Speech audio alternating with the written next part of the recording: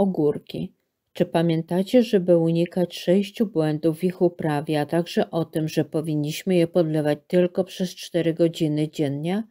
Dzisiaj przypomnę Wam nie tylko o tym, ale także o 5 wskazówkach pomagających w ich obfitym plonowaniu. Dlatego zapraszam do obejrzenia.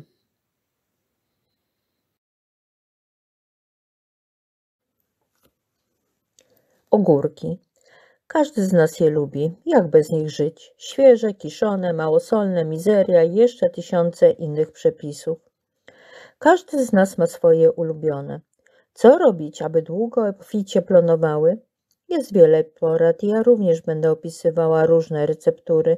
Jest ich wiele i niech każdy z Was sobie sam wybierze taki, który dla niego jest najlepszy. Kilka dni temu znajoma osoba zdradziła mi poradę, jaką uzyskała od profesora, a którą z powodzeniem stosuje od kilku lat. Co nam będzie potrzebne? Mocznik, woda, wiadro lub konewka. Bierzemy 1 stołową łyżkę mocznika bez górki, ale i nie płaską. Rozpuszczamy w 10 litrach wody i podlewamy nasze krzaczki.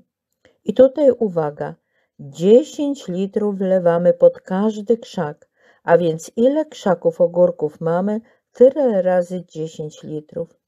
Robimy to ze 3 razy w sezonie, tak co 10 dni.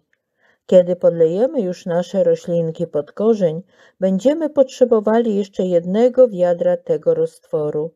Po co? Do opryskania liści. Musimy to robić bardzo dokładnie, pryskając je po obu stronach liścia. I tutaj zaskoczenie. Aby przyniosło to oczekiwany przez nas efekt, możemy to stosować tylko przez 4 godziny w ciągu dnia.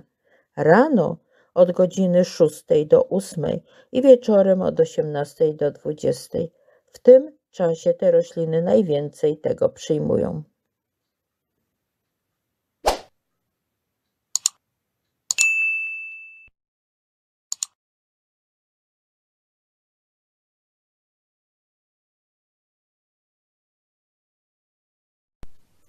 Pięć wskazówek, jak zwiększyć plony ogórka. Sekrety doświadczonych ogrodników.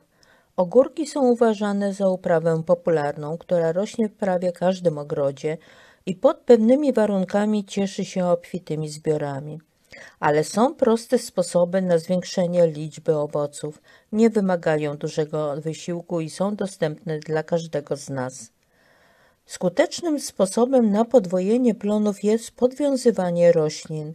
Dzięki temu otrzymują one więcej światła słonecznego i ochronę przed szkodnikami. Jeśli ogórki są wyższe niż 30 cm, warto przywiązać sznurkiem. Wiązanie poziome nadaje się do większej ilości, a pionowe do pojedynczych roślin. Ogórki dobrze reagują, jeśli gleba jest obficie nasycona wodą. Ze względu na brak wody nie należy nawet marzyć o super zbiorach, a wyrośnięte owoce będą gorzkie. Każdy 1 m² nasadzenia w otwartym terenie wymaga 6 do 12 litrów wody, a w przypadku sadzonek szklarniowych nawet 10 do 15. Podlewanie odbywa się w zależności od warunków pogodowych. Zaleca się podlewanie szklarni co najmniej raz na 1-2 dni. Możemy nasycić glebę przydatnymi pierwiastkami śladowymi za pomocą takiego mlecznego roztworu. Jest przygotowany z 10 litrów wody i 200 ml mleka. Składniki mieszamy i podlewamy rośliny, ale robimy to co 2 tygodnie aż do końca owocowania. Aby poprawić efekt, pomoże ziołowy sos z pokrzywy, piołunu i mięty. 1/3 wiadra zielonej masy napełniamy do pełna wodą, pozostawiamy na 3 dni, a następnie filtrujemy i rozcieńczamy 1 litr nalewki z 10 litrami wody. Ściółkując, czyli układając nawozy organiczne wokół nasadzeń, możemy znacznie zwiększyć plony. Odpowiednie to słoma, torf, trociny, ale w tym przypadku należy unikać używania zielonego nawozu, ponieważ on może przyciągać szkodniki. Zabieg spulchniania ziemi przeprowadza się przed przykryciem gleby ściółką.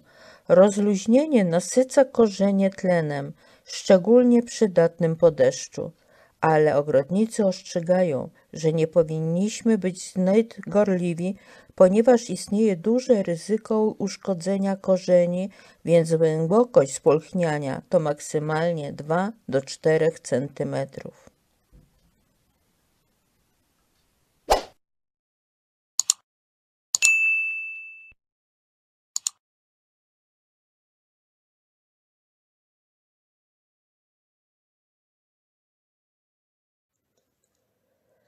Z powodu jakich błędów ogórki mogą zachorować na choroby grzybowe?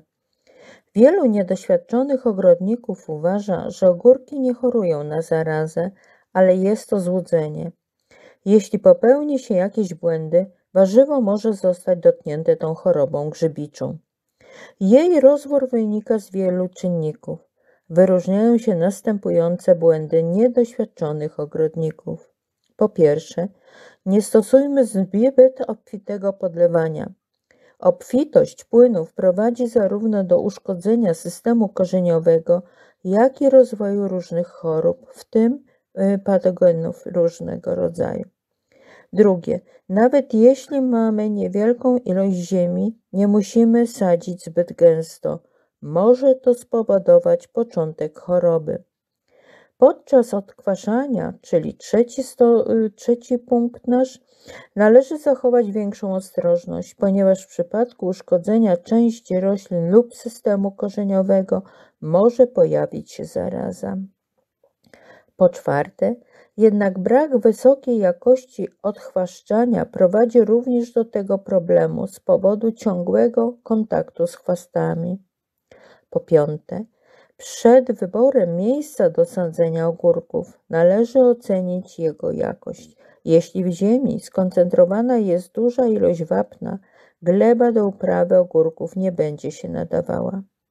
Po szóste, ogórki będą chronione przed chorobami, jeśli do gleby będzie regularnie aplikowana odpowiednia ilość nawozu, np. kompostu.